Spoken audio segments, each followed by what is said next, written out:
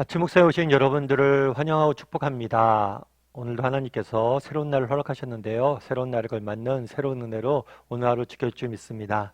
특별히 오늘은 이번 한 주간의 마지막 날이죠. 한 주간 잘 마무리하고 또 힘차게 주말 맞이했으면 좋겠습니다.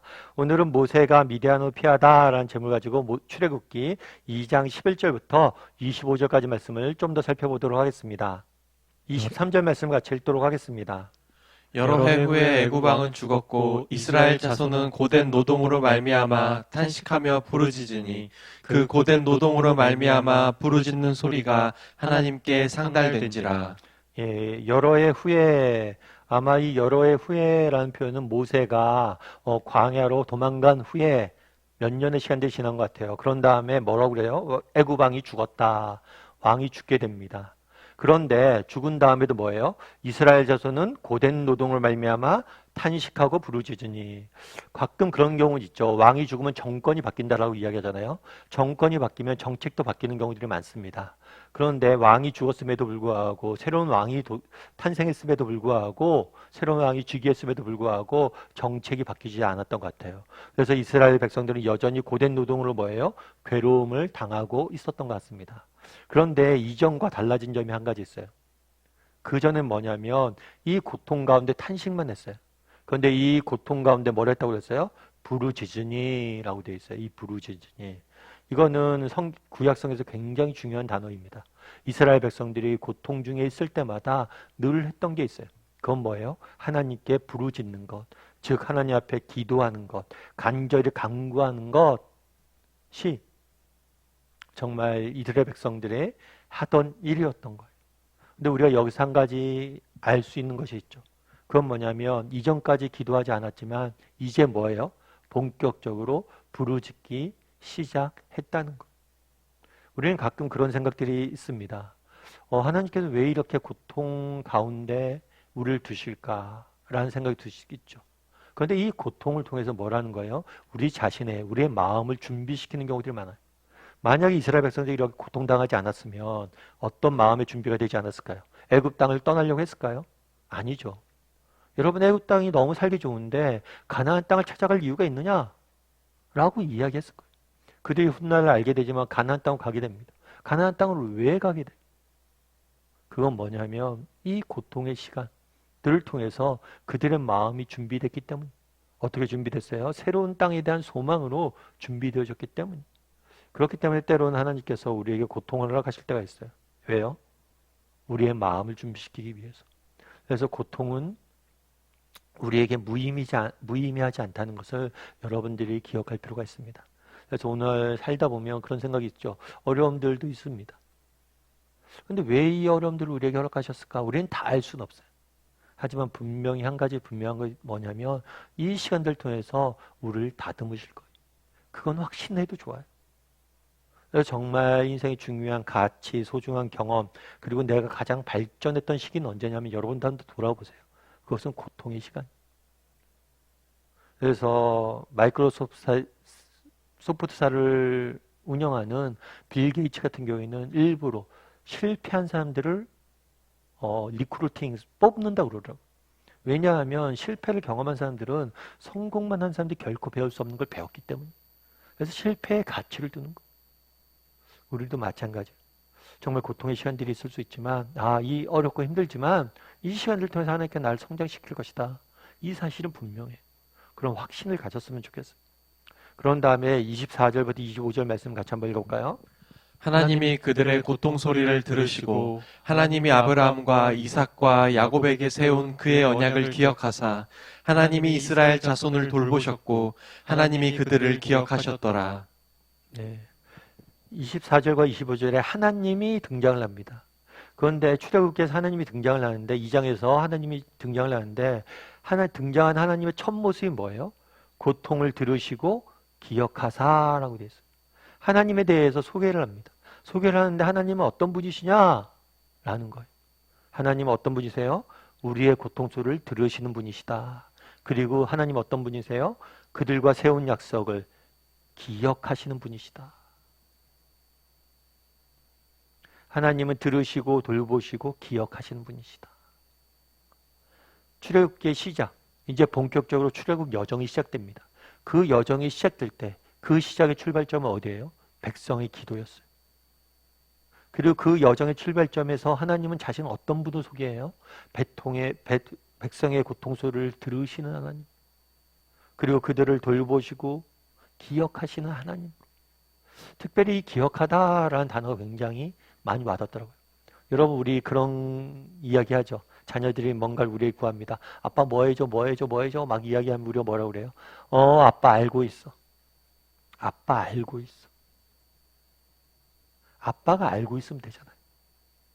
하나님이 알고 있으면 됩니다. 하나님이 기억하고 있으면 돼요. 그럼 지금 당장 문제가 해결되지 않지만 그분이 알고 있기 때문에 결국에 그 문제는 해결될 거예요. 우리가 기억해야 될 것이 있어요. 그건 뭐냐? 우리 하나님 어떤 분이시냐? 우리의 고통을 들으시는 분이세요. 우리의 고통을 알고 있는 분이세요. 그럼 충분하다는 거예요.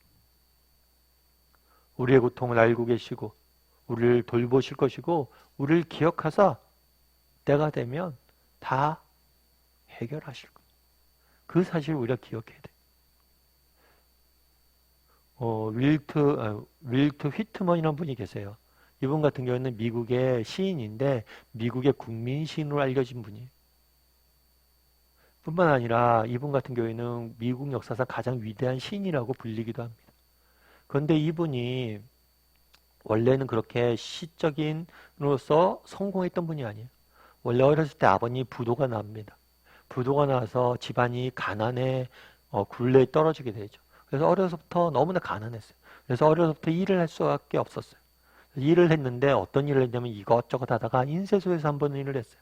인쇄소에서 하다 보니까 늘 책을 찍는 거죠. 인쇄하는 거죠. 그렇게 인쇄를 하다 보니까 늘 책을 가까이 하다 보니까 어떤 생각이 들었냐면 나도 글을 쓰는 사람이 되고 싶다. 이런 마음을 든 거죠. 그런데 마음만 갖고 되나요? 정식적으로 배운 것도 아니고 준비된 것도 아닌데 그럼에도 불구하고 열심히 시를 썼어요. 그래서 시를 써서 시집도 내고 이렇게 시를 했는데 전혀 세간의 관심을 못 끌은 거죠. 그래서 주목을 못 받은 거예요. 그런데 나중에 누가 물었어요. 아니 그럼 어떻게 하다 그렇게 국민 시인이 될 수 있었습니까? 그런 이야기 하는데 한 번은 자기가 이렇게 무명이었을 때 어떤 사람에게서 편지가 왔대. 편지가 왔는데 어떤 편지가 왔냐면 당신은 굉장히 당신의 제 시를 봤습니다. 그런데 당신의 시에서 제가 굉장히 감동을 받았습니다. 제가 믿기로는 당신은 정말 가장 위대한 시인 중에 한 명이 될 거라고 믿습니다. 계속해서 시를 열심히 쓰십시오. 이 격려의 편지 한 통을 받았다는 거. 그리고 이 편지를 받고 뭐란 거예요? 이 편지가 나를 지키고 계속해서 시를 쓸 수 있었던 원동력이 됐다는 거예요. 사실 그렇죠. 우리도 정말 나를 알아주고 나를 격려해주는 한 사람이 있을 때 우리는 정말 지치지 않고 갈 수 있는 거예요. 그래서 우리가 서로에게 그런 사람이 돼요.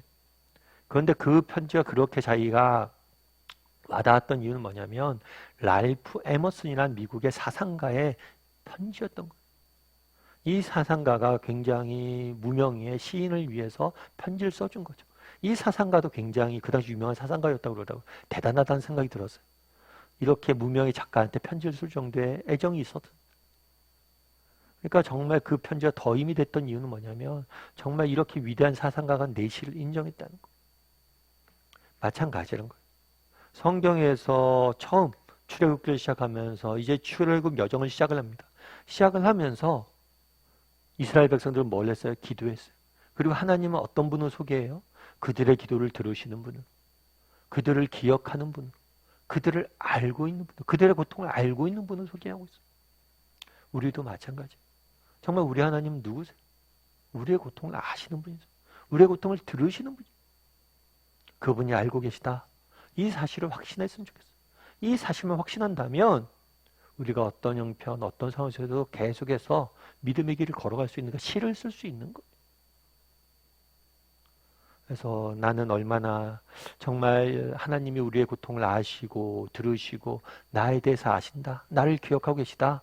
이 사실에 대해서 분명히 알고 있는지 기억하고 있는지 돌아보는 사람이 되었으면 좋겠고 그 나라의 이스라엘 백성들이 부르짖었던 것처럼 인생의 문제 고비고비마다 부르짖을 줄 아는 사람이 되었으면 좋겠습니다. 그래서 하나님 앞에 가서 우리의 고통을 가지고 기도할 줄 아는 사람이 되길 소원하고요. 그렇게 기도했을 때 우리의 고통 소리를 들으시고 아시는 그 하나님께서 우리에게 응답하실 줄 믿습니다. 우리 이 시간 함께 기도했으면 좋겠는데요. 기도하실 때 오늘 본문 말씀 기억하면서 기도했으면 좋겠습니다. 그날의 이스라엘 백성들이 기도했다라고 이야기합니다. 하나님 앞에 부르짖었다라고 이야기를 해요. 우리도 하나님 앞에 부르짖을 줄 아는 사람이 되었으면 좋겠습니다. 인생의 문제를 앞에 두고 염려하고 걱정만 하는 사람들이 아니라 그 문제를 가지고 하나님 앞에 나와서 기도할 줄 아는 사람이 되었으면 좋겠습니다. 특별히 우리 하나님 누구십니까? 우리의 고통을 아시는 분이, 우리의 고통의 소리를 들으시는 분이, 그분이 우리의 고통을 아시고 우리를 돌보시고 때가 되면 우리를 가운데 일하실 거예요. 그런 믿음을 잃지 않고 걸어가는 사람이 되게 되고, 하나님이 아신다, 그분이 기억하신다 라는 사실을 기억하고 정말 하루하루 살아갈 줄 아는 사람이 되게 달라고 이 시간 목소리로 같이 기도하도록 하겠습니다. 같이 기도하시고 또 기도하실 때 오늘 하루 잘 마무리하고 또 주말인데 정말 하나님 앞에 나가서 기쁨으로 예배하고 하나님 앞에 나가서 즐거이 찬양하는 사람이 되게 달라고 이 시간 목소리로 같이 기도하도록 하겠습니다. 같이 기도하시겠습니다.